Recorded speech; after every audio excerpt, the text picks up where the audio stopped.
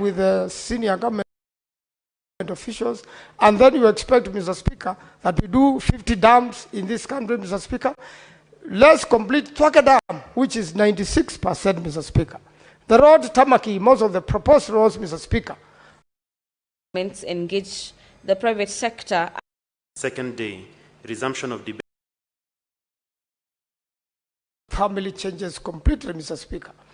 Mr. Speaker, when you were in University of Nairobi, it is unprecedented. A lot of people, Speaker. The president indeed gave a vision to the people,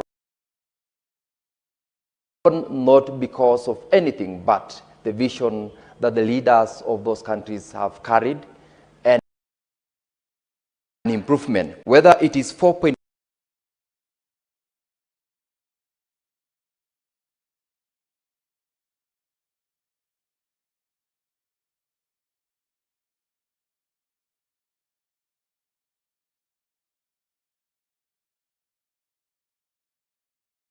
Challenges, it is appreciated that going forward and over time, we will definitely improve. And the most important, and where I was very happy about, is the proposal that the government, as at beginning 1st of December 2025, will have an increase in SHA cancer benefits package from Kenya shillings 550,000 to Kenya shillings 800,000. If anything, Mr. Speaker, this is one area that I must say we should support to ensure that we improve and implement on this proposal. Very many fundraisers that we are called upon every day, Mr. Speaker, is towards supporting families with patients who are undergoing chemotherapy sessions continuously. And therefore, this improvement and this enhancement will go a long way in supporting those families, as well as those who are generally called upon to support in form of fundraiser. The President said, we are improving. We began by changing the law. It is one thing to appreciate the fact that the law has come into place. It is another thing to make sure that that law is implemented, and it goes a long way because there is goodwill, and this goodwill, if it spills over to the county governments where we are having a number of our health institutions, because health is a default, and I want to applaud the President for taking the next step in ensuring that despite the challenges that we have enrolled over 27 million Kenyans in this SHA program, and out of this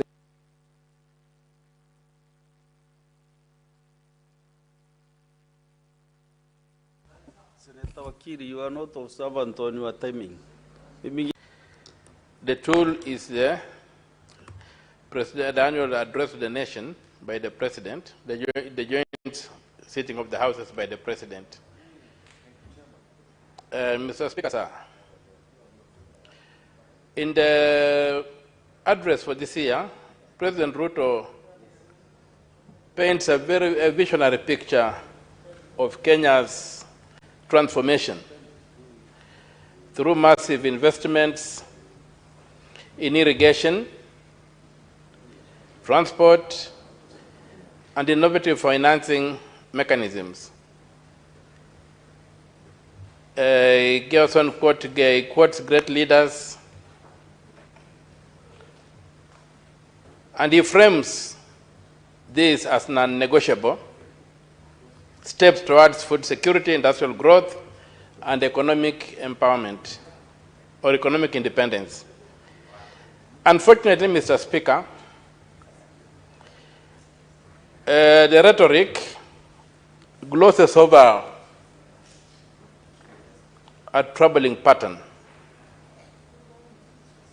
of promising on infrastructure while under-delivering amid corruption scandals, fiscal recklessness, and deepening inequality. With Kenya's public debt exceeding 11 trillion, with a huge component of which is odious, cannot be traced or tied to any project, youth unemployment reaching levels that could not even be imagined, above 35%.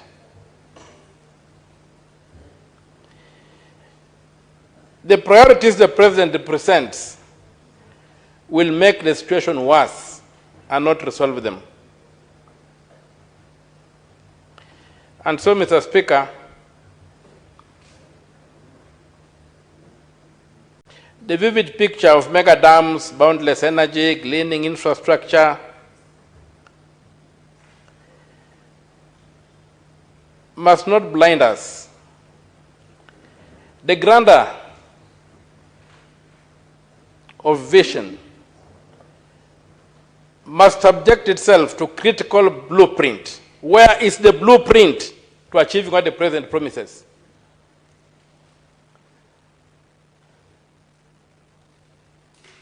Having listened to His Excellency, having read his speech,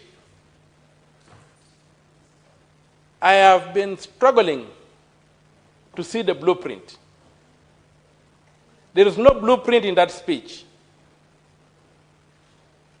The speech is largely a case of wishful thinking. It ignores the present. It does not address the socioeconomic and environmental costs.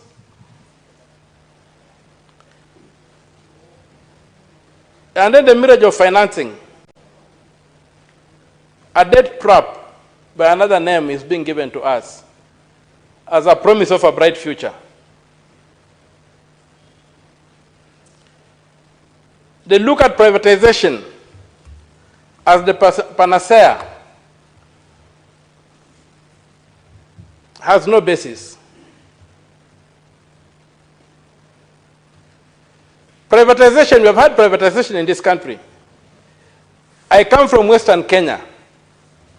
We had Mumias Sugar Company, thriving, a blue chip company, fully owned by the Kenyan state, privately managed by Bukatet. Then what happened? We were told to privatize. Mumias Sugar Company was privatized. Go to Mumias today, see what is there. The company was ripped apart. We must distinguish between ownership and management. Is the problem management or is the problem ownership by the state? You have been told that KPC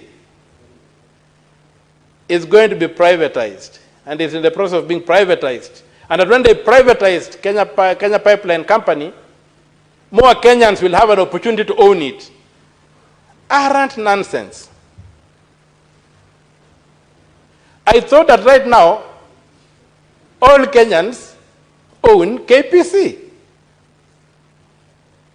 When it's owned by the ministry, by the state, it's owned by every Kenyan. Where does the narrative come out that KPC, when being privatized, will now result in more Kenyans owning it?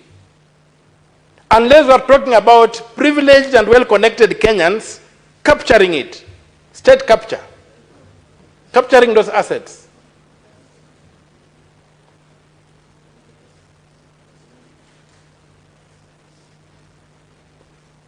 So, I think His Excellency should have done better and given us a blueprint on exactly how he achieves what.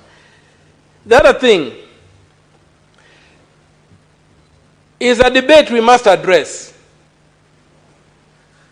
between the primacy of political action versus the determinism of the market. His Excellency cannot present the determinism of the market as a solution to a developing economy like ours. Primary action must be political action. And political action must be fashioned around the laws of the country. I didn't hear the president address the question of odious debt and how he's going to deal with it and how he's going to recover the monies that have been stolen from the public and are stashed out.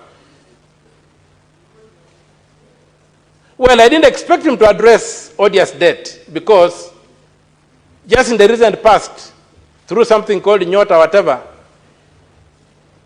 an arrangement between himself and the World Bank has added 13 billion shillings to debt that has been acquired outside the constitutional procedure for incurring debt.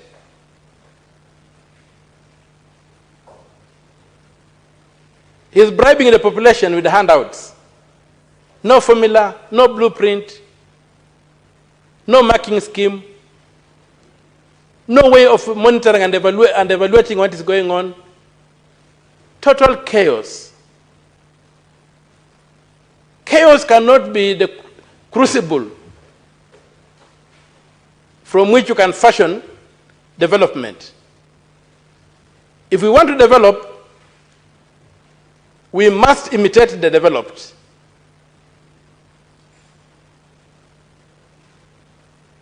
We must look at the critical sectors of the economy. We must look at governance. What are we spending money on? We have one of the largest governments since independence, bloated, obese, unhealthy.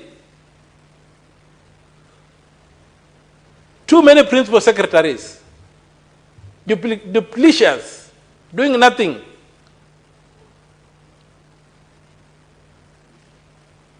When you look at the statement of actual revenue and net expenditure issues that is released by the Treasury every 21 days after the end of every month, you see a litany of abuse of our public finances that tells you there's no intention to develop this country. On the floor of this House, I've raised a statement about 19.6 billion shillings, which was spirited out or siphoned out of the consolidated fund using a vote head for consolidated finance services.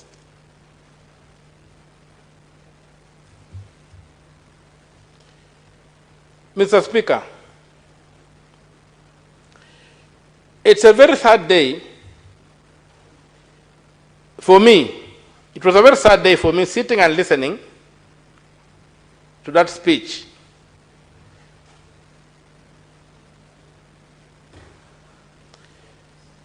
Look at a concept like the various funds that are being talked about, Weather Fund, the Women Fund, whatever fund, and you. You look at Article 206 of the Constitution, it tells you how to establish a fund. It must be established by an Act of Parliament. Where is the Act of Parliament establishing the Weather Fund or the Women's Fund or whatever, all these funds we have? Secondly, when these funds are set up, they cannot take money from the consolidated fund. Funds must be financed by money excluded from the consolidated fund.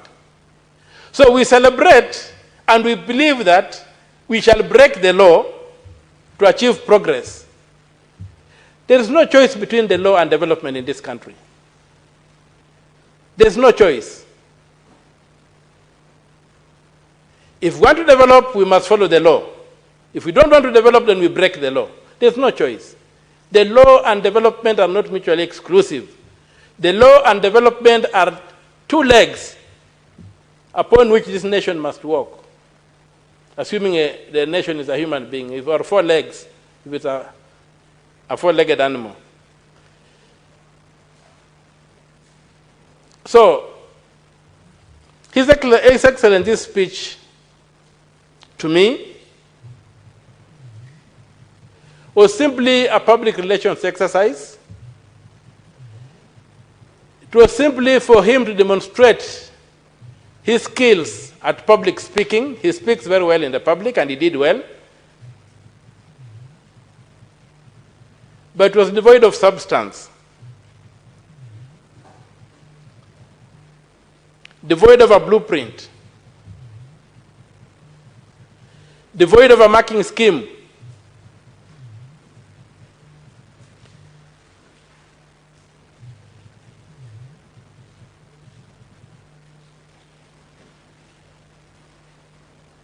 And it ignores the real economy. It talks nothing about the crisis in education and health. It praises SHA.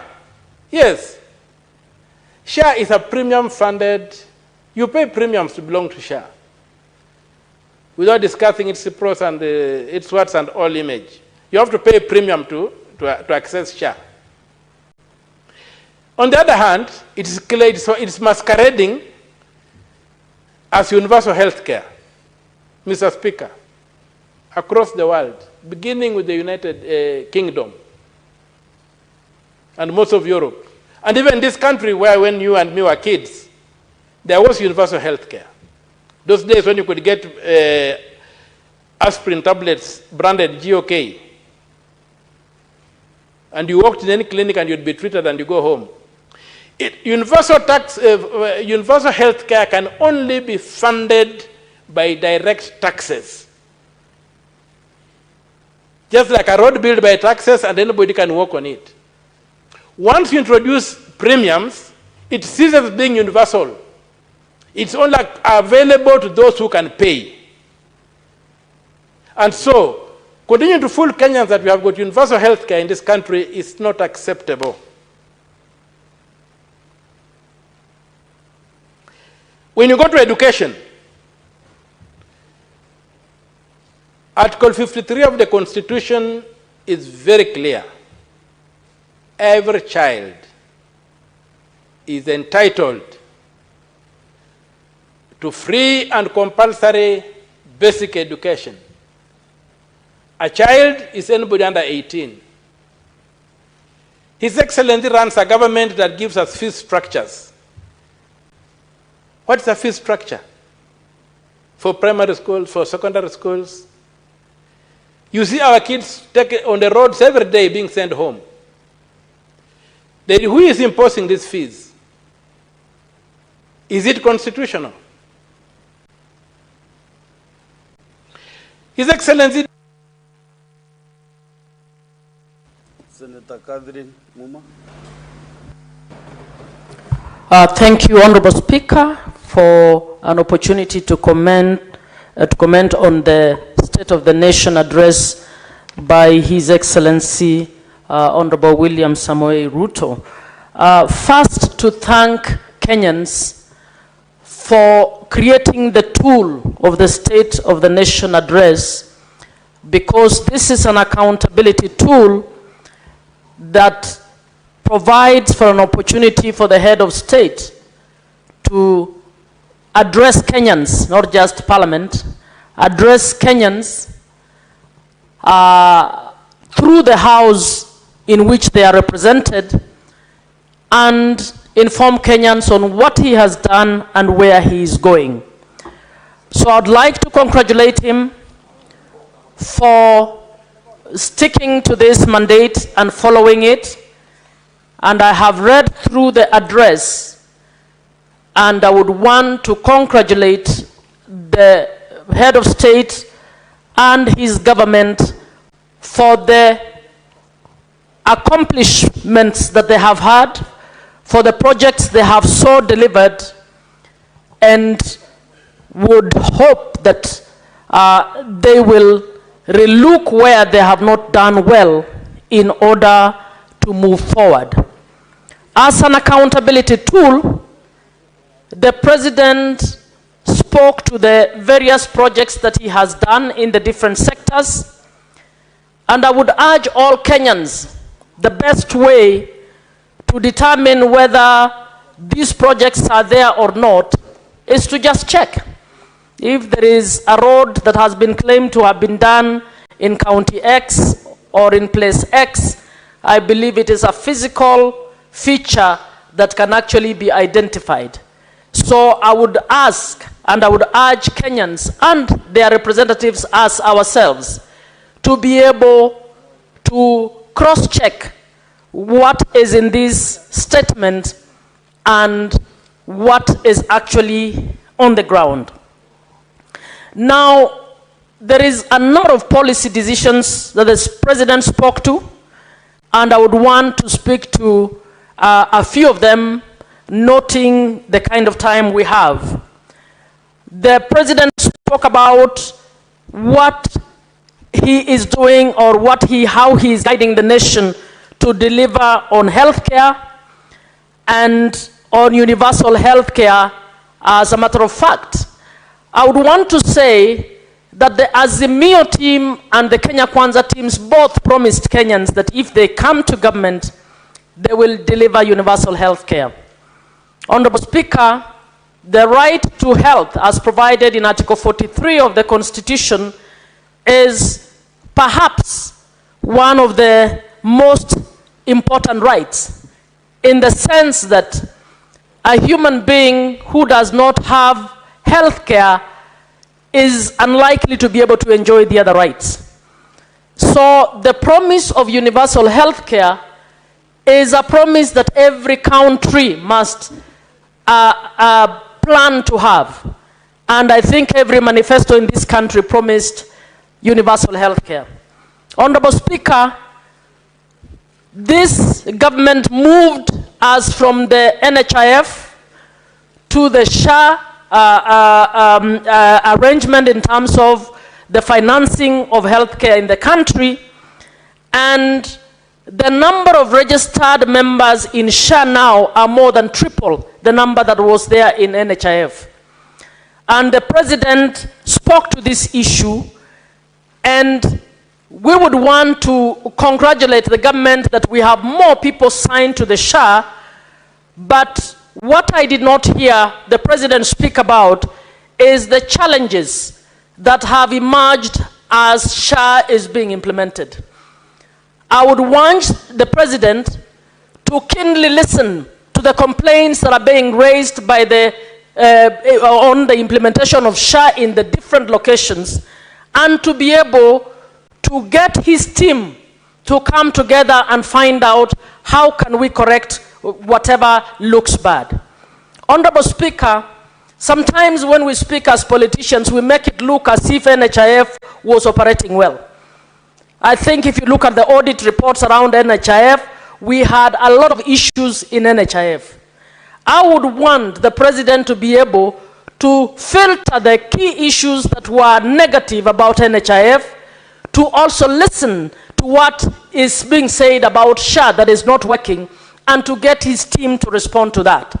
That way, the ambitious program to get every household covered in healthcare then will be achieved. Honorable Speaker, we must not kid ourselves. For us to be able to handhold each household on healthcare will require exponential amounts of monies. And whether we get them from taxes or whatever innovation we come up with, the people of Kenya will collectively bear that burden. So it is an issue that I would urge all of us to innovatively look at, and I would urge government to also listen so that we are able to move on this issue. Honorable Speaker, the other issue that the president spoke about was education. The president, this government has done well in employing more teachers. We still need more teachers to be employed. We have students receiving capitation. But Honorable Speaker, I think the bulk of our students, particularly after the O-levels, are not able to find their way into tertiary institutions to get the skills that we need for enterprise. My take would be that the head of state should again find out which is this innovative way in which we can invest better for education to truly be an equitable asset for every Kenyan. Honorable Speaker, in his 4 points, the head of state talked about establishing a state department that will deal with matters, science and research.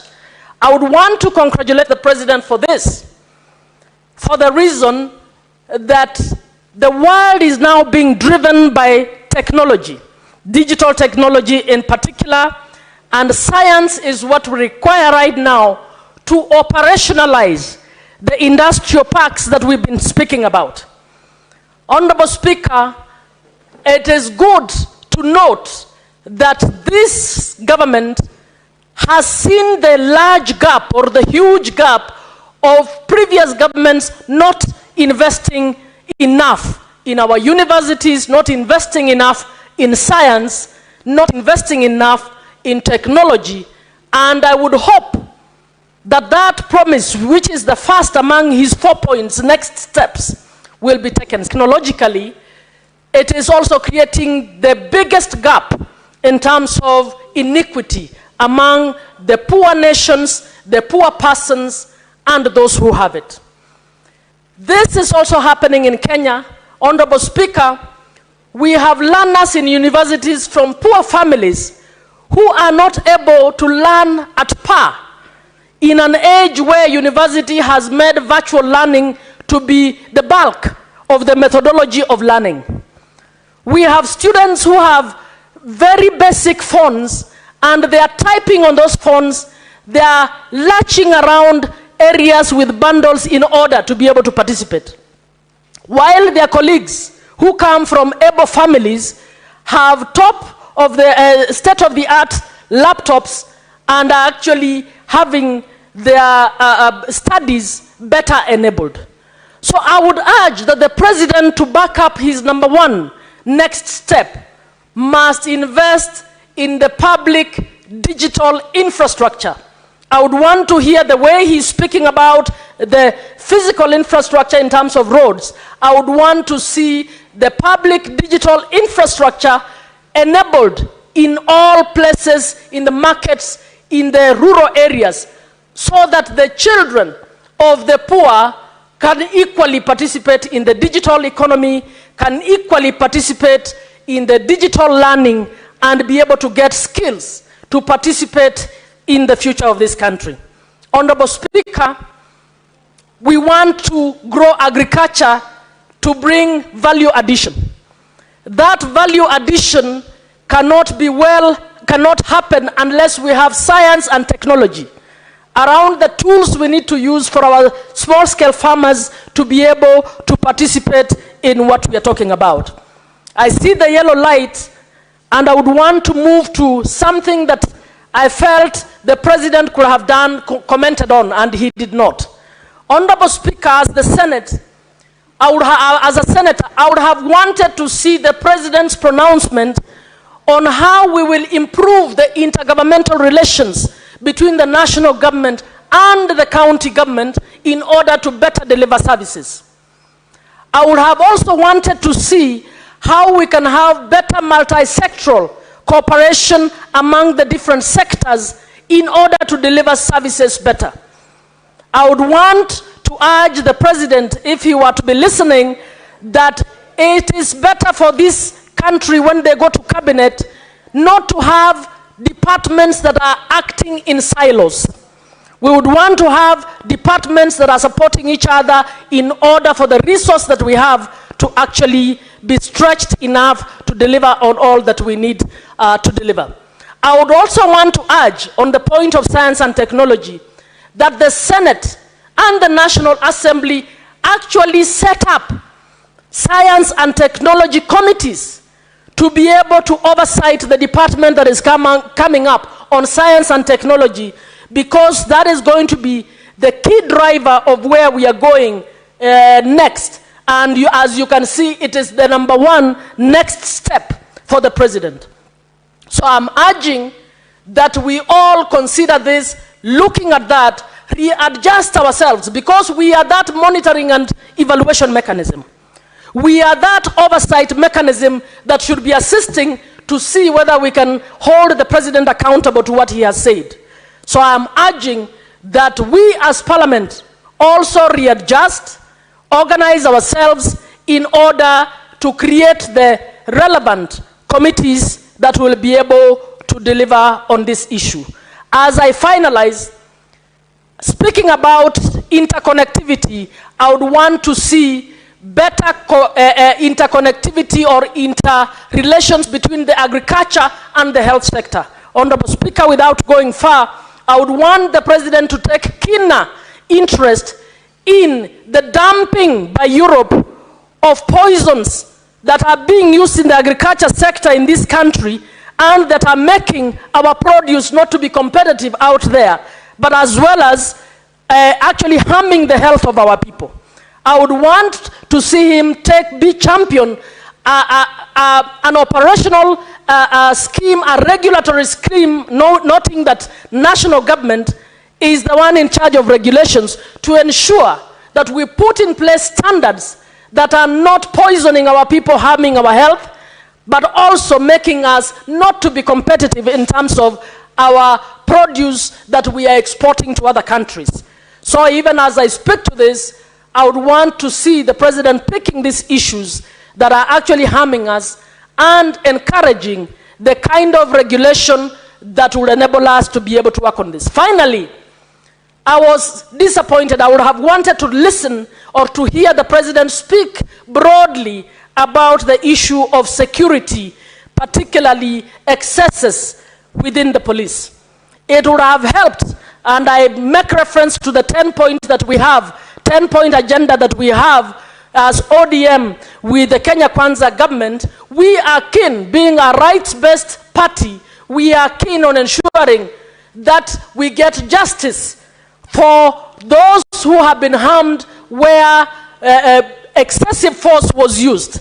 It would have been kind for the President to speak to the issue of security in this country, to assure the people of Kenya, particularly the youth of Kenya, that as we move forward, we are creating the necessary discipline within our forces to ensure that, one, we exercise our democracy in a manner that befits the constitution of our country, but at the same time that we are training our officers to actually just do their job without the excesses. So as I finalize, I look forward to a greater oversight mechanism, which I believe starts with this House.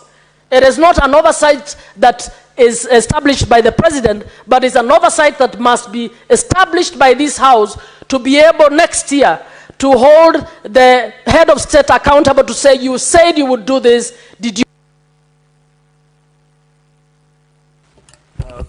Very well, next is Senator Mudiki Alexander Munyi.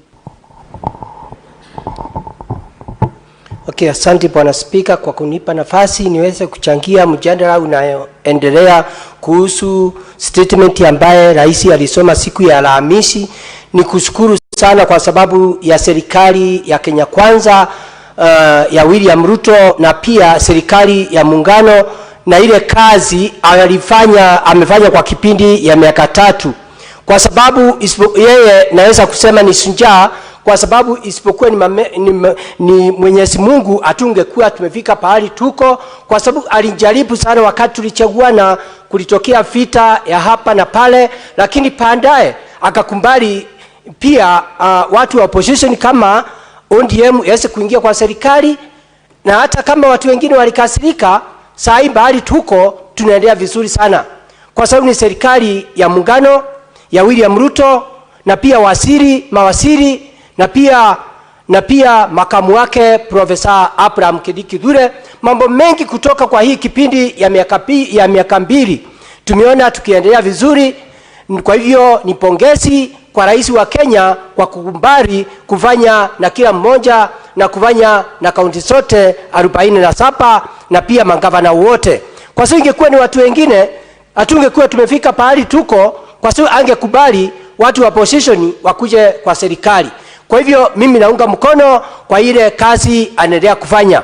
Na pia mimi nakosoa wale watu wanapinga hii serikali kwa sababu ya budget mpaka ingekuwa kubwa sana Bwana Spika, kwa sababu anafanya na kaunti zote, afanye na wale watu walimchagua wale wa kumchagua na alimchagua anafanya pamoja. Kwa hiyo Bwana Spika, naunga hii mjadala mkono. Bwana Spika, yale aligusia ni mambo ya agriculture, na mambo ya agriculture katika kwa hii kipindi inaendelea vizuri, na ninaongea kuhusu agriculture kwa sababu Bwana Spika, ni mimi mwenyekiti mdogo wa kiti ya mambo ya agriculture. Mambo ya agriculture Bwana Spika, kwa kipindi ya miaka 3 wakati hii serikali iliingia kwa uongozi, mambo ya kahawa, manjani, makandamia, masiwa na vitu zingine ilikuwa bei ya juu. Na pia tunajua mambo ya agriculture iko kibaumbele kwa hii serikali, kwa sababu kila mtu ule ameenda nyumbani na ule anjaenda, ule anafanya kazi na ule afanyi. Saa hii mambo yote imerudi mambo ya agriculture. Na saa hii kama kahawa ilikuwa pesa kidogo, na saa hii kilo moja inatoka shilingi 150. Mambo ya manjani ilikuwa 40, saa hii inatoka 70. Mambo ya maziwa ilikuwa 35, saa hii Bwana Spika inatoka 45, na tunataka iendelee mpaka ifike shilingi 50. Bwana Spika aliongea mambo mengi sana mazuri ya agriculture, kwa sababu Bwana Spika kitu inaitwa kama ni fertilizer ilikuwa shilingi 7,000, na akang'ang'ana Bwana Spika saa hii subsidized fertilizer inafikia mwananchi masinani ikiwa natoka 2,000 na 2,500. Na pia mahindi na vile vitu ya kupanda pia tumeona ikienda masinani. Kwa hivyo mambo ya agriculture inafanya vizuri. Yale akuhusia Bwana Spika ni mambo ya mirasi kumugoka, na tunaomba pia wakati ule mwingine anjaribu kusaidia pia wale watu wanalima mrasi kumugoka, ndio iwe variation kama sile vitu zingine, na pia kutafutia watu wale wanalima mrasi kumugoka soko uko nje kama vile manjani, kahawa na kila kitu inafanya kuhusu agriculture. Kwa hiyo Bwana Spika, mambo ya agriculture amejaribu sana, na mambo mengine amejaribu. Bwana Spika, mambo mengine aligusia ni kuhusu havia. Kutoka mambo ya havia alisema mambo ya saa, na saa imesaidia watu wengi sana. Wale watu wote tumeona Bwana Spika, mambo ya saa tunajua vijana wetu wale wanaendesha mbonda wakigongwa na gari. Bwana Spika, wakati wa zamani walikuwa wanachangiwa pesa, wale wachangiwi pesa wanaumia miguu, wamevunjwa, lakini pandaye wanakufa tu. Lakini siku hizi vijana wetu wale wanaendesha mbonda ama accident yote, mtu akivunjika mguu ama kivua ama mgongo ama wapi, akienda hospitali kama amekuwa Senetors, Bwana Spika anahudumiwa vizuri na anarudi nyumbani vizuri. Na tumeona mambo ya saa imesaidia, kwa sababu wale watu wengi Bwana Spika wao katika hii bunge, mara mingi tulikuwa changa tunaenda kwa harambee, pesa yetu haiko inatosha. Lakini siku ya leo mambo ya harambee kwa heshimiwa imepungua kidogo. Kwa hivyo mambo ya havia anajaribu kurekebisha. Bwana Spika, mambo mengine aligusia ni mambo ya parapara. Mambo ya parapara katika kaunti 47 hakuna saa hii parapara ile kidogo ambaye sinaenda masinani, nyingi zimeenda kuwekwa lami kwa sababu alisema atafanya na kaunti zote 47. Bwana Spika, mambo ya dual carriage, ingekuwa ni marais wengine wangekuwa na mambo ya kuganya kaunti na wale wengine. Na Bwana Spika, wakati aliongea mambo ya dual carriage, moja wale watafaidika na dual carriage ni watu wa Mount Kenya, aswa Embu County, Tharaka Nithi County na Meru, kwa sababu dual carriage imetoka Nairobi mpaka Makutano inaenda Nyeri, na hapo alisema ataongezea. Lakini dual carriage nyingine Bwana Spika itatoka Makutano iende Embu, iende Tharaka Nithi na pia iende Meru na ipite huko mbele. Kwa hiyo mambo ya parapara kidogo simewekwa rami. Na pia nagundua niko na hapa ya kwamba kama kaunti ya Embu ni sile imevaindika na ile parapara kidogo ya rami, na najua kama anafanya kaunti zote mambo ya parapara ya rami, hata kaunti zingine membenefit. Kwa hiyo nataka kusema mambo ya parapara yangu ni kusema aendelea kufanya hiyo kazi, na vile amesema itangazwe na iwekwe kwa gazeti, ndio kama sasa hiyo parapara ya Embu kutoka Makutano kwenda Embu kwenda Tharaka Nithi na kwenda Meru iweze ya kusaidia sisi. Pia Bwana Spika, na munga mkono kwa sababu kuna nderanza ambaye ya Tharaka-Nithi ambaye imeua watu wengi sana, na ninajua hata kama siku wako siku aligusia, ningeomba hata kama hiyo itasaidia watu wa Meru na Wahembu na wale wengine, kwa sababu imeua watu wengi.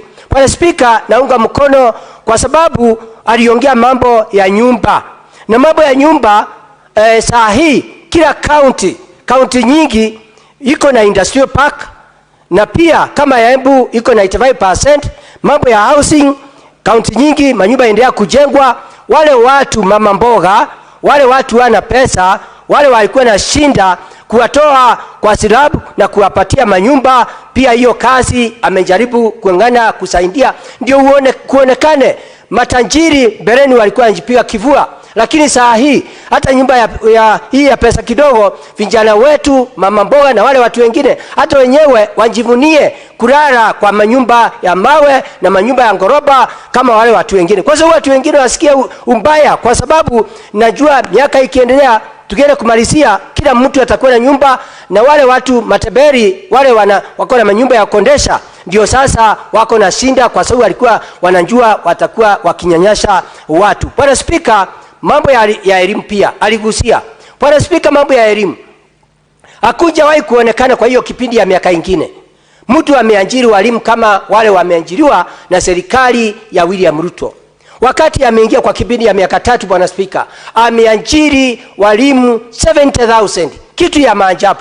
Na pia saa hii ametangaza ataajiri walimu wengine 20,000. Na pia mambo ya TVET, kila county iko na TVET, walimu wengi sana wa TVET wameajiriwa. Kwa hiyo mambo ya elimu amejaribu kuinua, hata kama kuna changamoto kidogo ama kuna shinda ya pesa ya kupeleka kwa shule, watoto wetu wako na shinda, iende ikawa ni hapo arainishe vizuri. Bwana Spika, aongee na Treasury, ndio Treasury iwe ikituma pesa ya kusaidia wanafunzi mapema kuliko kusherehesha. Bwana Spika, mambo ingine aligusia ni mambo ya pia ya dams. Mambo ya dams, county nyingi mebenefit. Kama najua Kitui kuna damu inajengwa, na pia katika Embu County kuna damu, tuko na damu 3. Lakini Bwana Spika, mambo ya maji kuna damu ya those ambayo itavaindisha watu wa Runyenjes na watu wa Mbere South pali kuna by election, tuweze kuona kilimo yetu itaendelea vizuri, kwa sababu kilimo ya huko inaendelea vizuri, lakini unakuta mambo kama hakuna maji kilimo yaendelee vizuri. Kwa hiyo Bwana Spika, mimi naunga mkono. Kwa hiyo ningemuomba ile damu uweze kufanya kujengwa haraka uwezekanavyo, ndio ile kilimo yetu ya mirasi tukumukaa ukute inaendelea vizuri. Kwa hiyo Bwana Spika, mimi nasema serikali hii ya William Ruto inaendelea kufanya kazi vizuri, na serikali ya broad based yangu ni kusema Bwana Spika, kuna watu wapinga hii maneno, na watu nataka niwaambie hata Rome haikujengwa na siku moja. Ni tumpe nafasi kwa hii kipindi imebakia ya miaka 2 tuweze kuona atafanya kazi namna gani, na pia tuombe Mungu hiyo miaka 2 ikiisha pia tuwape fast na makamu wake Profesa Abraham Kidikidhure, tuone kama tutaongezea miaka ingine 5 ndio tuweze kuona mambo ya maendeleo inaenda namna gani. Pia Bwana Spika, aligusia mambo ya kazi. Hata kama aliajiri walimu, kuna mambo anaendelea kutengeneza mambo ya kazi manjuu, ingawa iko na changamoto, kuna shinda hapa na pale. Mambo ya kazi kule majuu imeleta shinda kidogo, lakini tunaomba serikali iweze kulainisha vizuri, kwa sababu vijana wetu wale wana kazi hapa, watu wengi wampata kazi kule. Mambo tu ni waziri walipa aweze kuangalia na ambassador vile mambo italainisha, ndio vijana wetu na wasichana wetu wasiwe wakumia mambo ya kazi manjuu. Kwa hiyo Bwana Spika, mimi nikiwa Senator wa Embu County naunga mkono hii serikali ya muungano, na pia ile kazi inafanya serikali ya William Ruto na makamu wake Profesa Abraham Kidikidhure, na pia na mawaziri na mambo ya accountability. Shinda tu ni kuomba tu wale watu wamesembea kazini watimuliwe, ndio vijana wetu waweze kupata kazi. Kwa hiyo Bwana Spika, nikiwa Senator wa Embu County Alexander Munyimudigi daktari, mimi naunga mkono mambo ya hii mjadala. Asante sana Bwana Spika. Asante Daktari Mudigi. Sasa tunaenda kwa Senator Consolata Nabwire.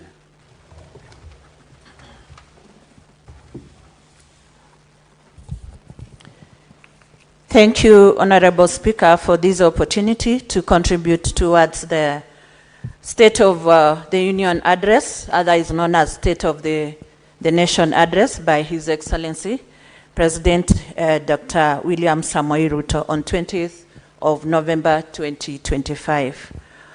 I want to back what most of the senators have presented in lauding the policy decisions that are value-loaded as presented by His Excellency. And I have tried to summarize them, and I realize they are pegged on social amenities, all revolving around health, education, infrastructure, irrigation, food security, and technology. I'm encouraged by the deliberate measures the government has taken to secure equity, social justice, and dignity for all. I come from a county that has various categories of citizens, where we have women, we have youths, we have the elderly, people living with disabilities, which are normally encompassed in a bracket known as the vulnerable groups. And these groups keenly listened to the presidential address, and over the weekend when I went home, I think for the first time I received some positive comments from the address by the president, despite a few whispers of maybe due to uncompleted projects or some that are underway. But 3/4 of the comments were positive, and I want to laud that. I want to affirm the support for the transformational agenda that encompasses the transformative projects that the president highlighted in his address. And I want to break them down into the following elements. One, about protection and empowerment of the vulnerable groups. I want to welcome the clear government commitment to vulnerable Kenyans under the Social Health Authority, that is the famous SHA. Now we have 27 million members registered under SHA, more than triple the number of the previous NHIF. So that is a plus. And maybe what we would like to encourage is to have an enhanced cancer coverage, diabetes screening, hypertension screening, and other communicable and non-communicable diseases to be encompassed in that. The presidential directive that 2.3 million vulnerable Kenyans, including widows, have their health insurance paid by the state. So what most of the senators have presented is that still there are some whispers about SHA. So maybe the relevant authorities, we cannot keep directing everything to the president. He has delegated some of these duties to the cabinet secretaries, the PSS, and all those other members that represent various ministries and departments. So it is a clarion call that the members they roll up their sleeves in overseeing the work in their departments.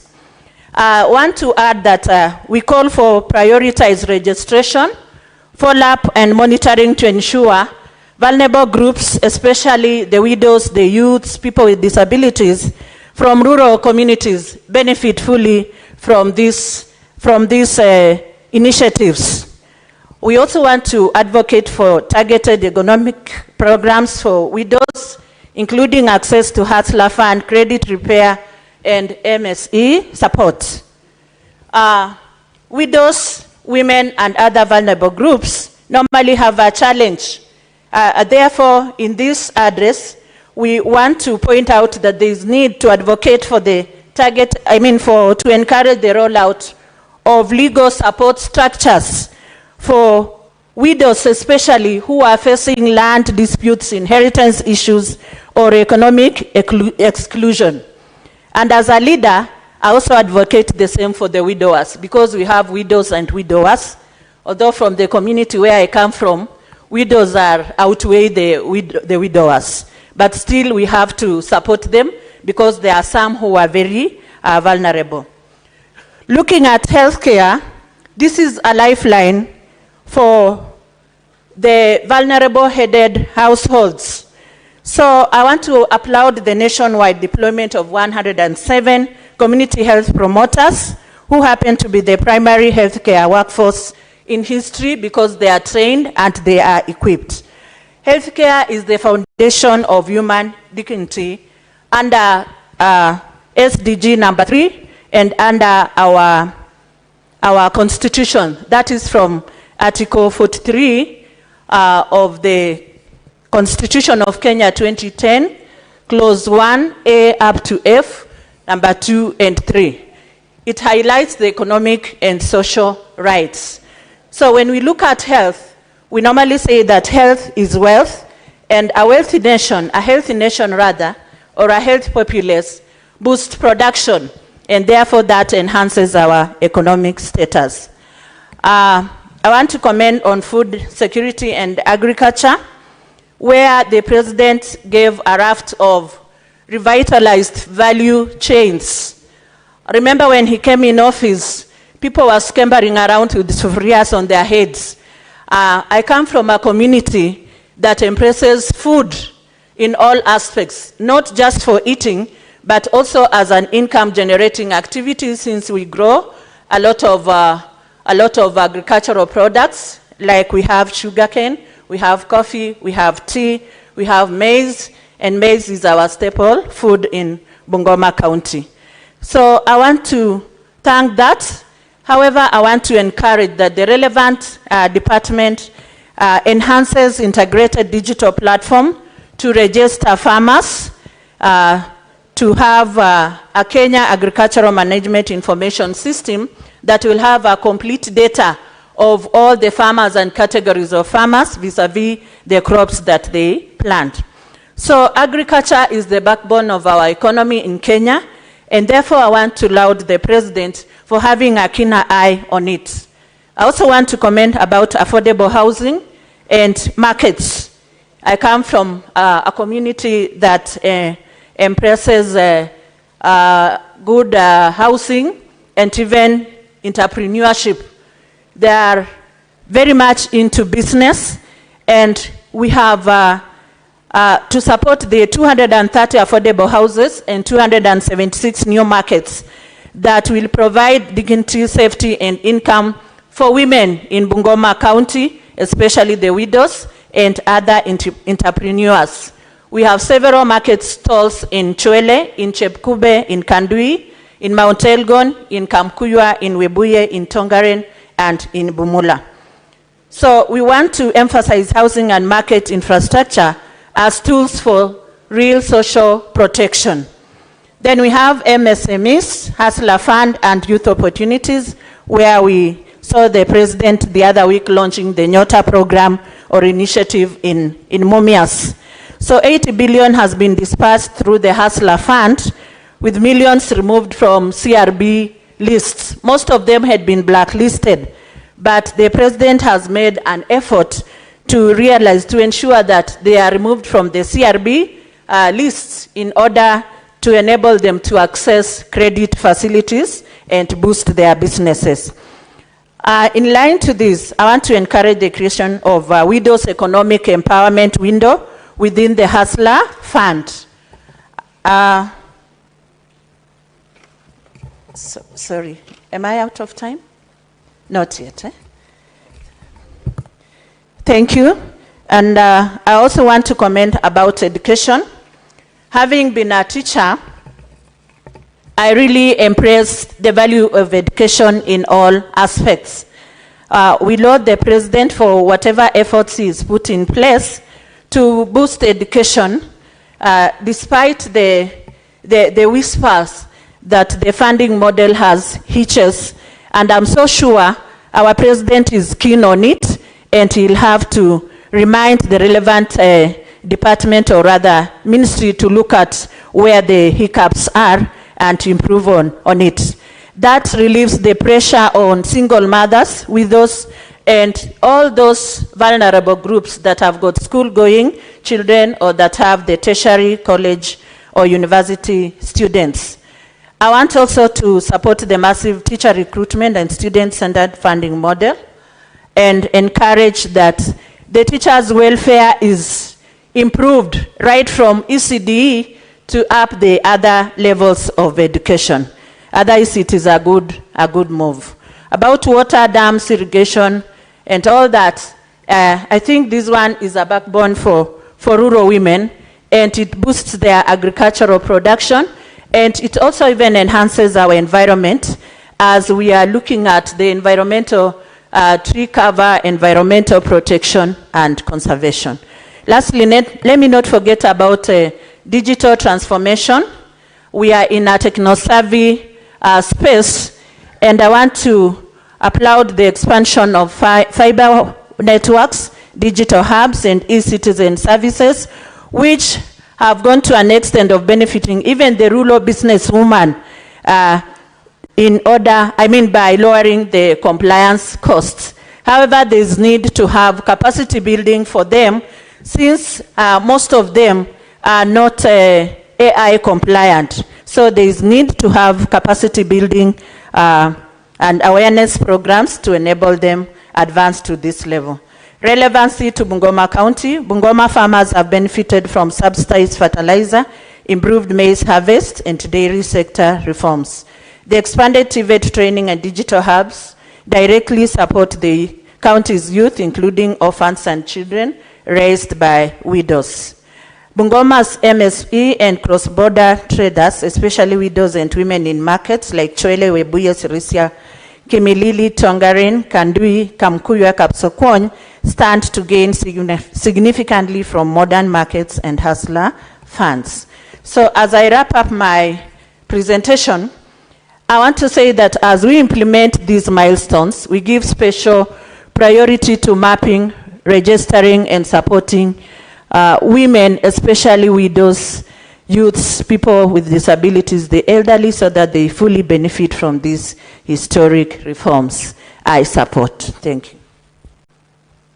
Next is Senator Kisang William. Good. Thank you, Honorable Speaker. Honorable Speaker, I also want to make comments on the President's State of the Nation address that we had last week, Honorable Speaker, in the National Assembly for both houses. Honorable Speaker, it is good to note that for the last 3 years, when Kenya Kwanza government came in and the President took over as the 5th President of the Republic of Kenya, the state of the economy, Honorable Speaker, was very bad. It was in deplorable state. In fact, if you remember very well, during campaign, we had shortages of fuel. In fact, it was by the grace of God that we were able to get petrol or diesel to do campaigns during that particular time, Honorable Speaker, because there was shortage of fuel across the country. Not because we were unable to import fuel, Honorable Speaker, it is because the country was shortage of dollars. There were no dollars in the country. Central bank had run out of dollars. The exchange rate, the dollar to the shilling, was skyrocketing up to the level of $1 to 165 shillings, Honorable Speaker. So it was impossible for the petroleum sector to import because, one, there were no dollars. Number two, it was very difficult. I think there was shortage of fuel also in the international market, Honorable Speaker. But currently, as when we report 3 years later, Honorable Speaker, the Kenya Kwanza government, as the President reported last week, Honorable Speaker, they were able to enter into G2G, government to G with Saudi, to stabilize the markets, where Kenya is given a period of 108 days to pay for supply of fuel, and that will stabilize the market. And for 3 years now, Honorable Speaker, we have not had any shortage of fuel in the country, and the shilling has stabilized from, Honorable Speaker, the rate of 165 to now a rate of 129 to the dollar, and it has stabilized there for the last over 8 years, and we believe it will be coming down maybe to around 120, 125. Honorable Speaker, this is a sign of a stable economy, Honorable Speaker. When Kenya Kwanza government took over 2022 September 3 years ago, Honorable Speaker, the inflation rate was 9%. Currently, we are at 4.6, Honorable Speaker. This is a sign of an economy that is growing, an economy that has stabilized, Honorable Speaker. Honorable Speaker, 3 years ago, as it's reported by also Central Bank and the Treasury, and the President gave us the report, Honorable Speaker, our GDP at that time stood at 115 billion dollars, Honorable Speaker. As of today, Honorable Speaker, we are at 136 billion US dollars, Honorable Speaker. I don't know why people are complaining that the economy is not doing well, that we are not getting a proper report, Honorable Speaker, but the naysayers, they have to say something. But you have seen, Honorable Speaker, for the last over 1 year, Honorable Speaker, you've not seen people in the streets putting the suburias in their heads, as it's been reported. 2022 was very difficult. Early 2023, people were talking about food. The cost of food was very high. Now the cost of food, a kilo of unga, Honorable Speaker, has come down as low as 100. And by the time Kenya Kwanza took over, Honorable Speaker, it was over 300 shillings by a packet of unga, Honorable Speaker. Honorable Speaker, you know, basically my best subject also is ICT. When the Kenya Kwanza government took over, the number of kilometers of fiber optic in the country was less than 70,000. Now we have surpassed over 100,000 kilometers of fiber optic across the country. You go to the main highways, the one towards your county, Isholo, all the way to Moyale. There is already fiber that has been laid all the way to Moyale. And basically what the Minister of ICT needs to do is to do just the last mile of fiber connectivity to all our sub-county facilities, both sub-county headquarters, sub-county district hospitals, sub-county, even after health centers, Honorable Speaker, because we need all the facilities to be fiber ready, so that they can use internet, Honorable Speaker. Honorable Speaker, one of the issues that also this particular government and the state of the nation addresses, Honorable Speaker, is what is being rolled out.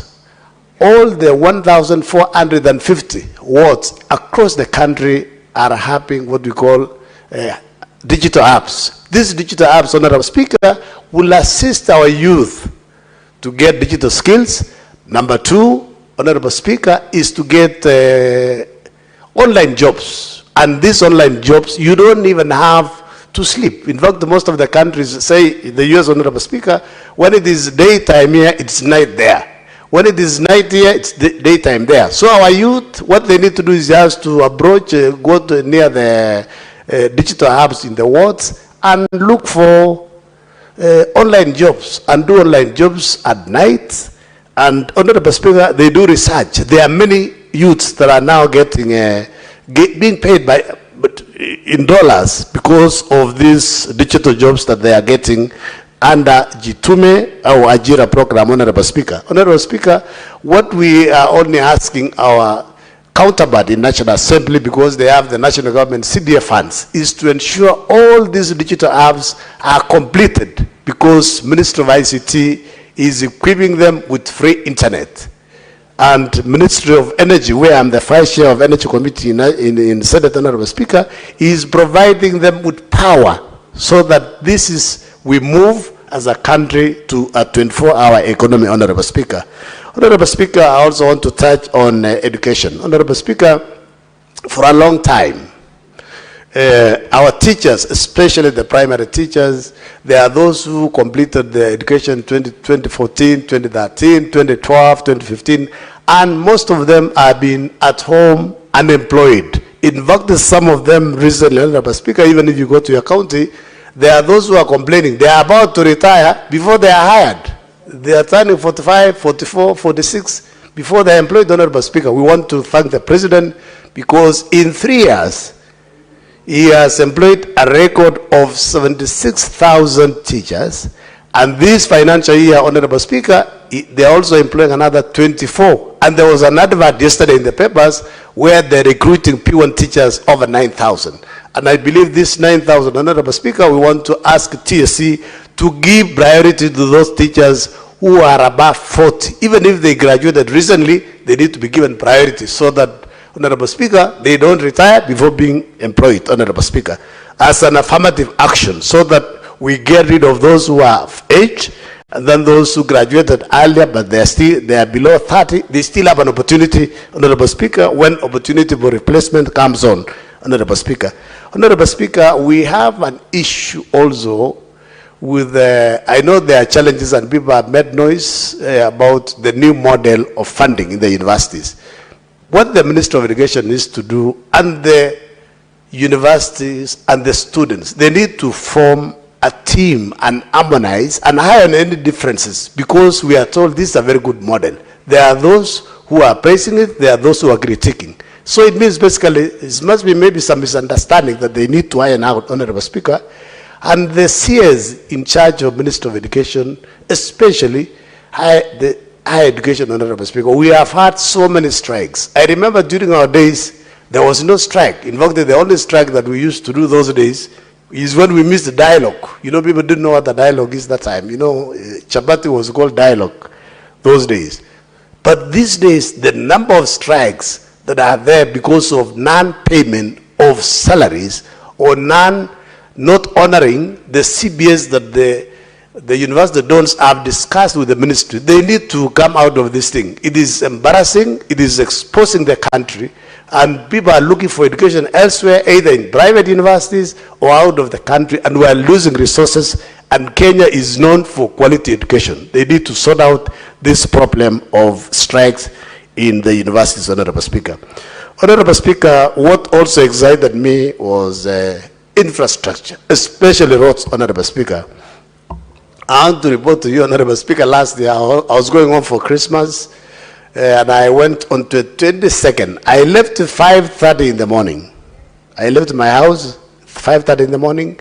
I took 4 hours from Karen to Gichabe Tanof. 4 hours, and it was very difficult. In fact, I made a mistake. I said, let me turn back so that I can leave the following day at around maybe 2 a.m. I took another 4.5 hours from Gichabe Tanof to Karen, Honorable Speaker. So I was excited when the President said this coming Friday, they are going to commission and launch the dualing of Rironi, Mausamin Road, Rironi, Maimai, Naivasha Road, Honorable Speaker. This will save the country a lot of resources. We are wasting a lot of money. We are wasting a lot of time getting into that gridlock. Even this particular weekend, Honorable Speaker, on Friday, when we overflew there are people who got stuck there for over 4 hours. So this was long overdue, and we want to thank the President for coming into our aid to ensure that road, basically, Honorable Speaker, and other roads are dualed, Honorable Speaker. And then the one, Karen, Kaleria, all the way to Ngong, all the way to Rongai. If you ask those who live in Rongai, Honorable Speaker, they leave their houses 5 in the morning to come and work in Nairobi, instead of spending like 15 minutes from Rongai to Nairobi. So this will really help. Honorable Speaker, on agriculture, there is this thing, the pesticides, Honorable Speaker. There are those that have been banned, and they're still getting imported to the country. I don't know what KEBS and AFA are doing. They need to save. Maybe this is the reason why there is a lot of cancer in the country. We need to stop these imports, Honorable Speaker, so that we can save our people from dying that are necessary, Honorable Speaker. Honorable Speaker, I also wanted to speak on health. I'm happy, Honorable Speaker, that it's being reported across everywhere that SHA is working. SHA is really working. But I think there is an issue that they need to tweak. People are registering in SHA. They have reported 27 million, those who have reported. But we need to find a way where when they register, they also need to pay. They need to look at this mean testing issue that they have, because you can imagine an old mama in the village who don't have an income, they are being told to pay 550. And we promised that it will come down to 300. So they need to relook at this particular mean testing and see how they can tweak it so that we can have a flat rate for those who don't have any income, say 300 or whatever. Or the Minister of Health as it's been promised that they pay for them, Honorable Speaker, because there are those who go to the hospital and they don't get services because they have not paid. And some are forced to pay for 12 months. And 12 months, if you cannot afford 300, how can you afford to pay 3,600 before you get services? This is where the ministry needs to sit down and see how can they can streamline so that our people really get universal health coverage as we have been promised, Honorable Speaker. Finally, Honorable Speaker, I want to thank the President also because of the markets that are being built using affordable houses funds. I want to thank him because of our stadiums. We have a stadium in Elgeyo-Marakwet County that we have talked for a long time, Kamari Stadium. And I want to urge the Ministry of Sports to fast track, because that stadium, our athletes in Iten, and Iten is the international hub of training. And Kamari Stadium, as of a state, we should be completing this stadium within the shortest time possible to assist our athletes. Athletes are the ones who are marketing the country. They are ambassadors. They are making us proud. And this particular stadium and both Kipchoge have taken long. At least I'm happy Kipchoge is progressing very well.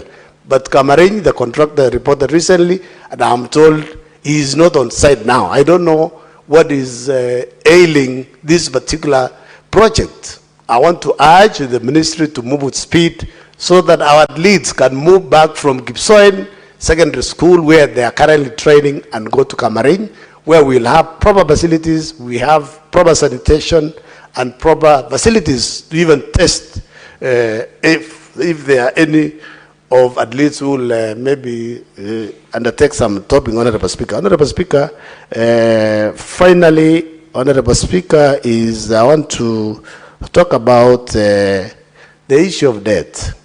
You know, there is no way. We need to allow the executive to look for resources to develop the country. Even ourselves here, you can't grow if you don't borrow. You can't grow if you don't get a loan. So loans must be taken and loans must be paid. So we allow the country to borrow and give us services and we pay taxes. Next is Senator Mwinyi Haji Mohamed. Thank you.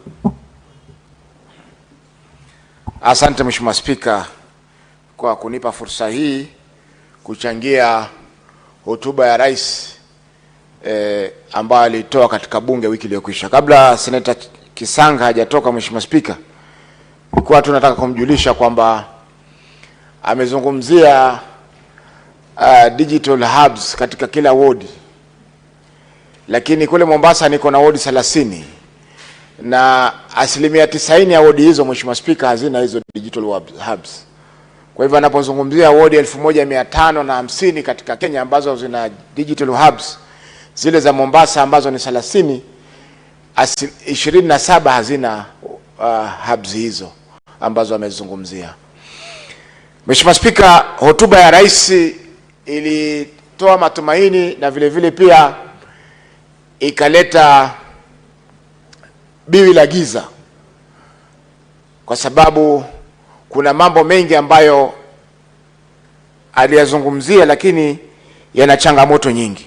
Mheshimiwa Spika, hotuba ile ilitoa taswira kwamba mambo ni shwari katika nchi ya Kenya, kwamba tuko katika barabara ya kwenda Singapore.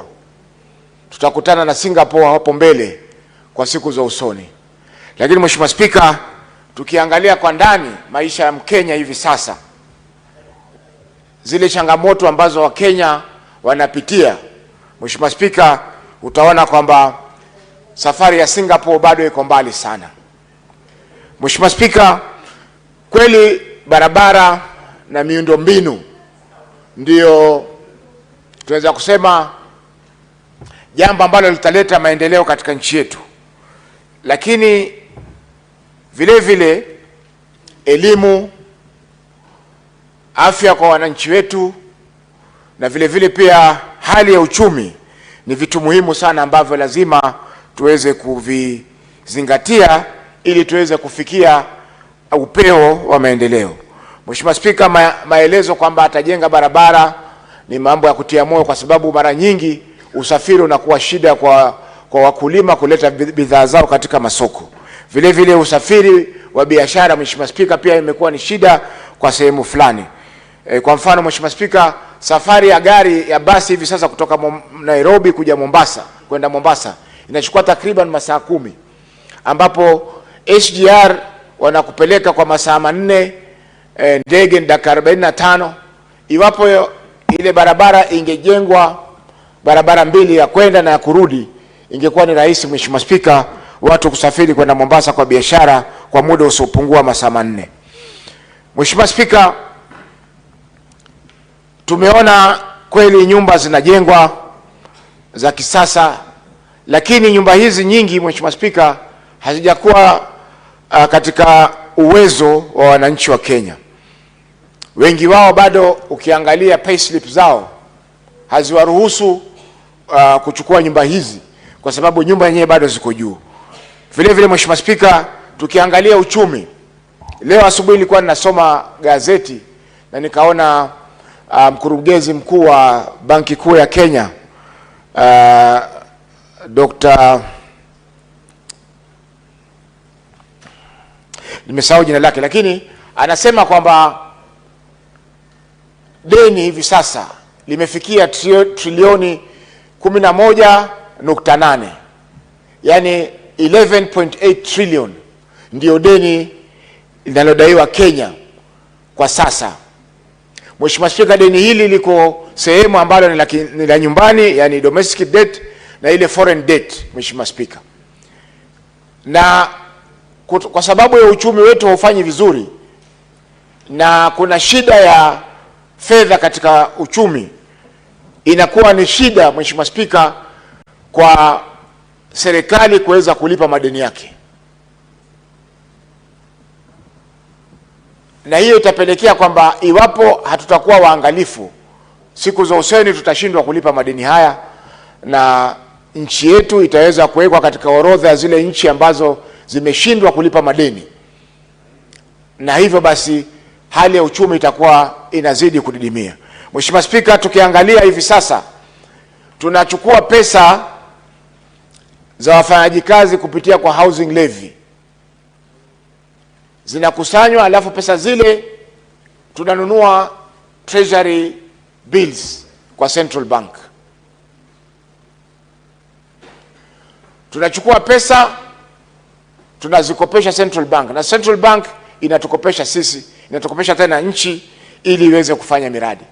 Kwa Mheshimiwa Spika, tunazidi kujibandikiza madeni na riba, ambayo riba ile Mheshimiwa Spika mara nyingine inakuwa zaidi ya zile deni ambalo limechukuliwa, kwa sababu hatuwezi kulipa zile pesa ambazo tunalipwa kama riba kutoka kwa Central Bank, hazilingani na zile pesa ambazo Central Bank inatuchaji sisi wakati wanatupa mikopo ya kinyumbani.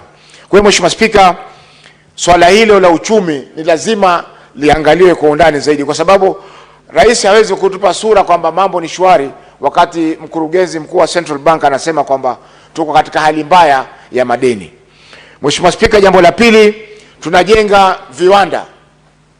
Utaona kwamba kuna kaunti takriban 25 zilipewa pesa katika muhula wa mwaka jana, mwaka 2024-25 kujenga zile vituo vya viwanda, industrial parks katika maeneo yao. Mheshimiwa Spika, tulitarajia kwamba kwa mwaka huu wa fedha mwaka 2025-26 wataweza kuongeza kaunti nyingine ili tuweze kumaliza kaunti zote 47, lakini Mheshimiwa Spika, jambo hilo halikuweza kufanyika kwa sababu pesa hazikuweza kutimia. Hivyo basi waliweza kutoa tu pesa kwa zile kaunti ambazo zilipata mwaka jana fedha hizo ili waweze kumaliza vile vituo. Kwa hiyo Mheshimiwa Spika, tunaona kwamba hata kama ni kimaendeleo, kaunti haziendi sawa sawa. Kuna nyingine zinapata nafasi zaidi kuliko nyingine. Kwa hivyo kujenga nchi ya Kenya ili iwe sawa sawa na nchi ya Singapore, Mheshimiwa Spika, itakuwa ni ndoto. Vile vile Mheshimiwa Spika, Tukiangalia kaunti zetu nyingi, nikizungumzia kaunti za pwani, hazina maji Mheshimiwa Spika. Tutajenga viwanda vipi ikiwa hakuna maji, hata maji ya kunywa? Tutajenga viwanda, tutajenga majumba vipi, affordable housing? Wale watu ambao wataishi katika zile nyumba watapata maji wapi Mheshimiwa Spika?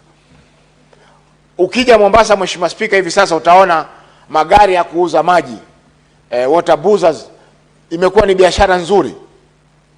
Kila mtu ananunua water boozer aweze kuuza maji. Tutajenga nyumba, kwa mfano ukienda katika katikati ya mji wa Mombasa hivi sasa Mheshimiwa Spika, utapata watu wana mikokoteni wanazungusha maji, wanafanya biashara ya maji ya mikokoteni. Maji haya Mheshimiwa Spika, hatujui yametoka wapi, labda si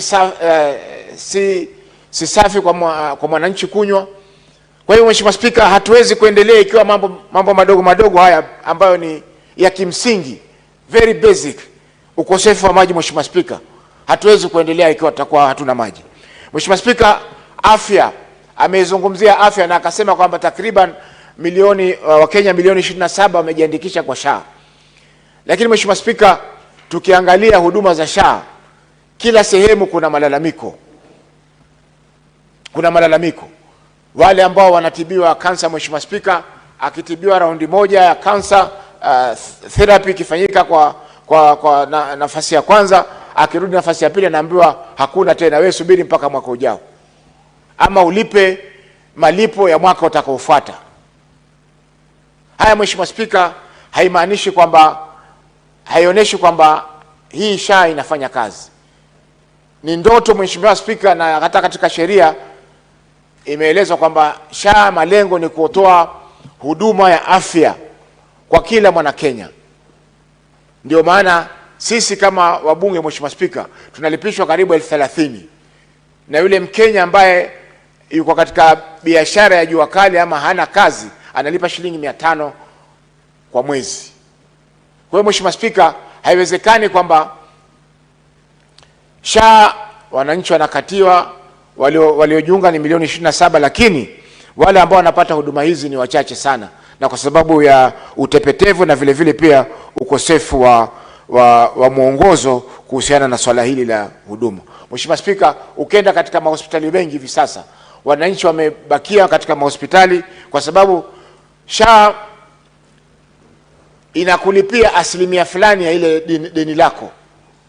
Zamani NHIF Mheshimiwa Spika, ilikuwa inakulipia katika huduma hospitali za serikali, walikuwa nakulipia deni lote la hospitali, lakini sasa SHA inakulipia asilimia fulani.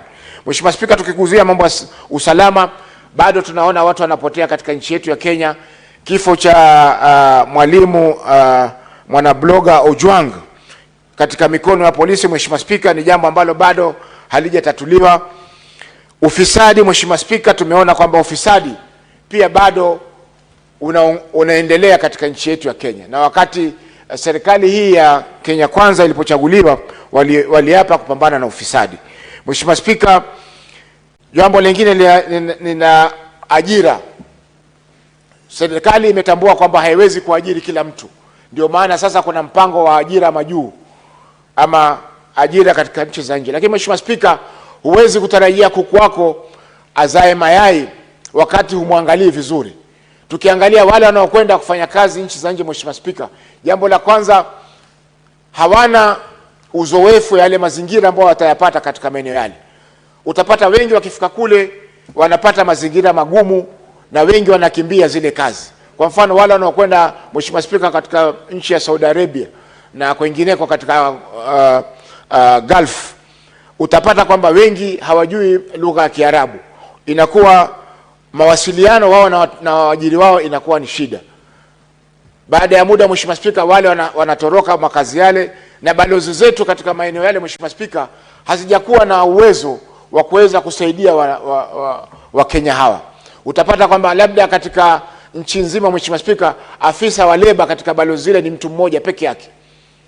Kwa hivyo inakuwa shida kwa ndugu zetu hawa wanaofanya kazi kule sehemu za nje kuweza kupata msaada wakati wako na matatizo katika zile kazi zao. Wengi Mheshimiwa Spika wanakimbia zile kazi baada ya kufanya kwa muda mchache, na hivyo basi inaleta matatizo kwa jamii zao, huku wengine wanapoteza maisha kule, Mheshimiwa Spika. Na iwapo mtu hana kiongozi ambaye anaweza kumsimamia, mara nyingi inakuwa shida hata kupata ule mwili kuurejesha katika nchi ya Kenya, Mheshimiwa Spika. Hivi sasa, Mheshimiwa Spika, ninavyozungumza ni kwamba kuna kijana ambaye alisafiri kwenda Kuwait, na wakati warudi akifika Ethiopia, Addis Ababa, aliweza kuzuiliwa na mpaka sasa yuko jela pale Addis Ababa. Na japokuwa balozi imejaribu kuweza kusaidia, lakini bado hajaweza kusaidika Mkenya yule. Mheshimiwa Spika, mwingine alizuiliwa kule Oman, katika nchi ya Oman, Muscat, ambao pia alikwenda kufanya kazi, akakosana na tajiri akazuia pasipoti yake, na hivyo sasa hakuweza kusafiri, na polisi wamemshika, na hivi sasa bado pia yuko ndani ya jela kuweza kusubiri hatima yake kurejeshwa nchini ya Kenya. Kwa hiyo Mheshimiwa Spika, japokuwa ni jambo zuri kuwatafutia ajira vijana wetu kule katika sehemu za nje, lakini ajira hizi, Mheshimiwa Spika, lazima ziwe ni ajira ambazo ni za kuaminika, na vile vile balozi zetu zilizoko katika nchi ya nje, Mheshimiwa Spika, lazima ziwe na msaada kwa watu hawa, ili mtu akitoka hapa Kenya akienda kufanya kazi nje, balozi inajua mtu huyu anakwenda kufanya kazi wapi, mwajiri wake ni nani, na labda iwapo atakuwa na dharura ama atakuwa na shida, ataweza kusaidika vipi kupitia kwa balozi yetu katika nchi zile za nje. Mheshimiwa Spika, nchi nyingine ajira katika sehemu za nje ni kitega uchumi kikubwa. Ukiangalia kwa mfano nchi ya Philippines, wana wizara maalum ya kusimamia mambo haya ya ajira, na wanapata pesa nyingi katika pesa za kigeni, na hizo inasaidia pia kujaribu kusawazisha masuala ya uchumi katika nchi hili. Kwa hiyo Mheshimiwa Spika, japokuwa hotuba hii ya rais imeweza kutoa taswira nzuri ya nchi, lakini Mheshimiwa Spika, tukiangalia kwa undani kabisa, kuna matatizo mengi ambayo, kwa mfano Mheshimiwa Spika, hivi sasa na majuzi bunge la kitaifa lilikuwa linapitisha mswada kwamba bei ya umeme iongezwe katika nchi yetu.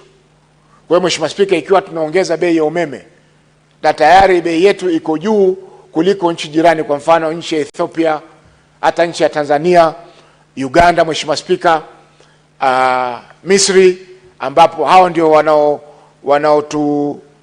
tunaopambana nao katika COMESA.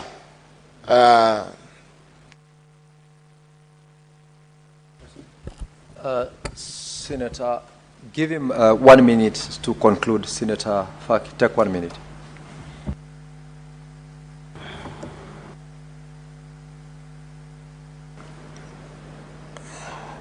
Kwa hiyo Mheshimiwa Spika, hizo ndizo nchi ambazo kiviwanda tunatakana tushindane nazo ili tuweko na nafasi nzuri katika COMESA katika eneo letu la Afrika Mashariki na ya Kati. Kwa hiyo Mheshimiwa Spika, ikiwa uchumi bei yetu ya uchumi, yani bei yetu ya umeme, electricity, itakuwa iko juu hapa nchini Kenya, Mheshimiwa Spika, ina maana kwamba bidhaa zetu ambazo tutatengeneza kupitia kwa viwanda vyetu zitakuwa ziko bei ya juu, na hivyo basi hazitakuwa attractive ama hazitakuwa nzuri katika soko, na hivyo basi tutashindwa na zile nchi nyingine kiuchumi, kwa sababu bidhaa zao zitakuwa zina nafasi nzuri ya kununuliwa kwa sababu bei yake ni chini kutokana na gharama ndogo ya uchumi. Mheshimiwa Spika, asante kwa kunipa fursa hii. Senator Mudhama Agnes Kavindo.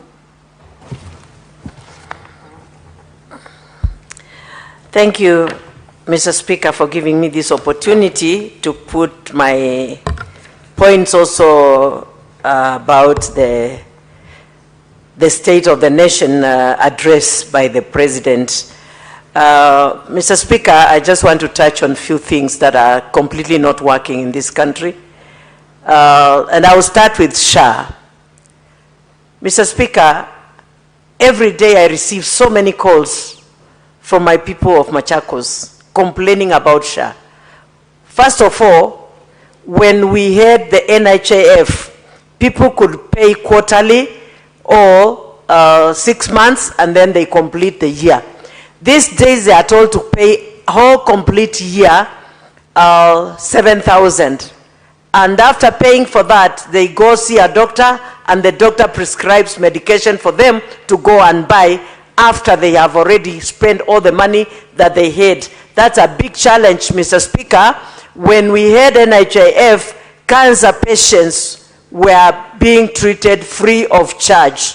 Mr. Speaker, when we had also the Linda Mama, our mothers used to go to the hospital, deliver their babies, and they even given diapers to go back home with, free of charge, Mr. Speaker. Mr. Speaker, it is a shame because most of the mothers these days, once they deliver and they have not paid this other system, they are retained in hospitals together with those babies. Imagine an infant being retained in a hospital for lack of payments. This child is very innocent, and this is something that the president should talk to the concerned people. And because health is devolved, Mr. Speaker, I think more money should be devolved so that our health systems can work properly, because there is a lot of challenges in health. Another one is education. No capitation in schools. I've done a statement here complaining about schools which have been closed down because the government owes the schools a lot of money and the capitation money has not been released. It is still the same. And so that is an issue that should be checked on so that we can say that education is working. When you go to ECD classes, the governors are having challenges of even employing teachers. Why? Because they are claiming that they don't have enough money. There are not even enough classes. When you go there on your oversight mission, they tell you that there is no money. Go and defend us. Release more money to the counties. And that is the complaint, Mr. Speaker. And I don't know if the people who are in these ministries are telling the president exactly what is happening in their ministries, that they may devolve more monies, because every function follows, money. Once a function is devolved, it must follow, money must follow the function. The other thing is about security. Security is a big issue in our country. I know safety begins with us, security begins with us, but when we talk of Gen Zs who are being killed left, right, and center, abductions, something must be done. And the president sometimes back promised that they were going to compensate the Gen Zs who were killed. To date, they've not been compensated, because I have one Rex Masai who the mother still calls me about compensation, and many others. These are issues that the president should address and put them back so that Kenyans can move forward. Another thing is affordable housing. This affordable housing, everyone working with a payslip is deducted money for building these affordable houses. And the same houses are built on the land which belongs to the government of Kenya. And the people who are building their houses still sell the houses. The houses are built with our own money. The same houses are sold to us. And they are actually not, the right people who should be receiving those houses don't even get them. These houses are owned by very rich people, not the poor. The poor who get them are very few, but majority of them are owned by very rich people. And this is something that the president should look into. And I don't think the people who are concerned are telling him the truth about this. The president must know the truth about the affordable houses. The other thing is that I've seen demolitions going on in this country in the name of building affordable houses.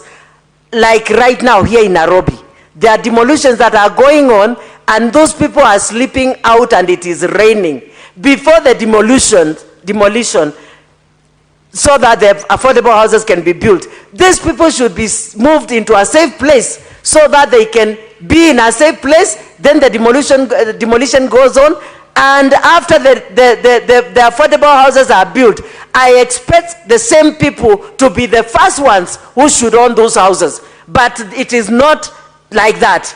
These houses are being owned by very rich people, and the president should look into this.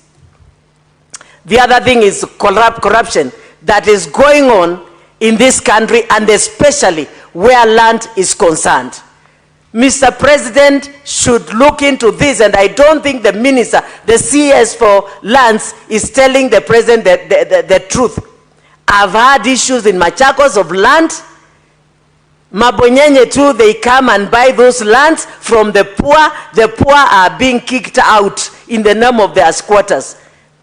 But even squatters in this country has a right to own a land and to live in a safe and safe place. Mr. Speaker, the other thing I want to address is about employment. I thank God there are many people who are being taken out of this country for employment. But majority of them are suffering wherever they go. Wherever they go, like especially those who are in Arab countries, they really suffer. Our girls there are suffering. They even have children. Some of them are raped by the employers. As a result, they give birth to children. Those children are in the streets outside the country. I challenge the president and the CS for Foreign Affairs to bring those children back home, because they belong here, because they are born by birth, they are Kenyans, and they should not be left outside there to suffer, to continue suffering. We want to hear the good side of Kenya and the bad side of Kenya. And because my work is oversight, I'll only deal with the bad side of it.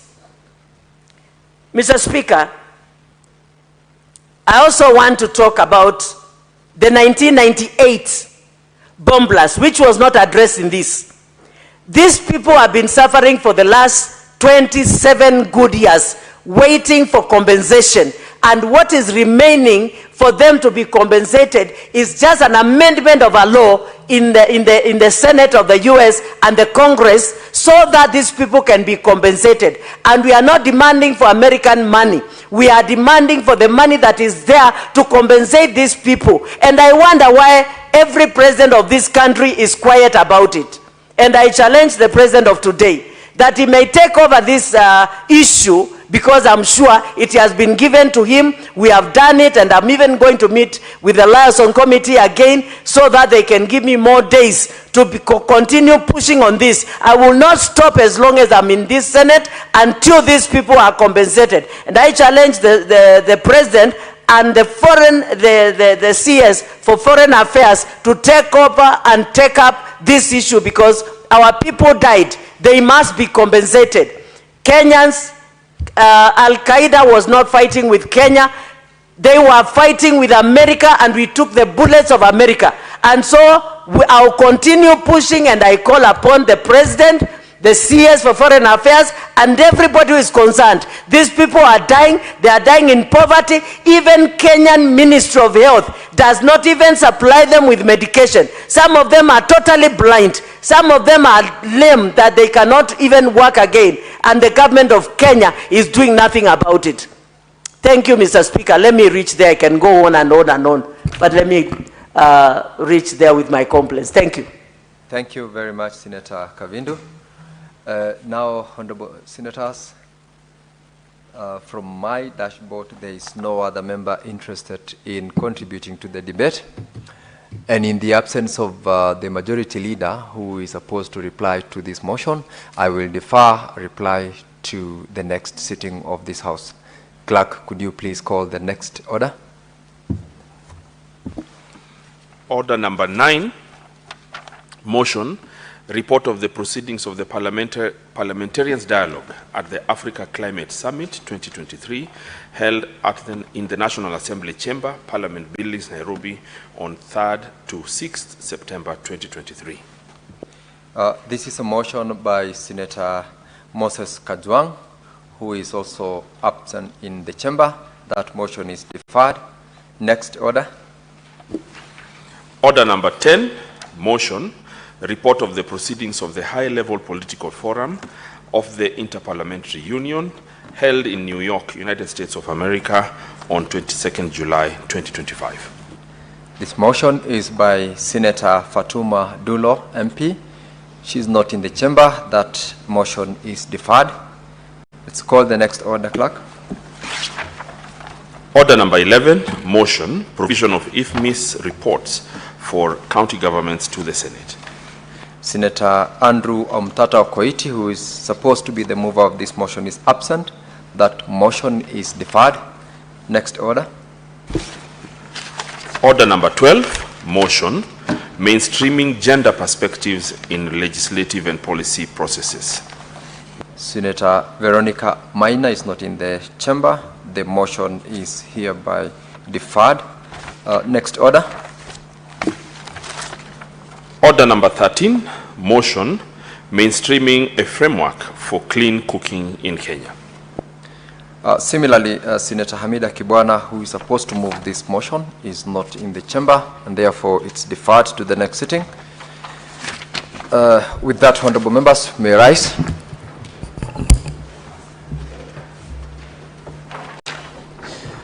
Now, honorable senators, there being no other business on the order paper, the Senate stands adjourned until later today, Wednesday, 26 November 2025 at 2:30 p.m.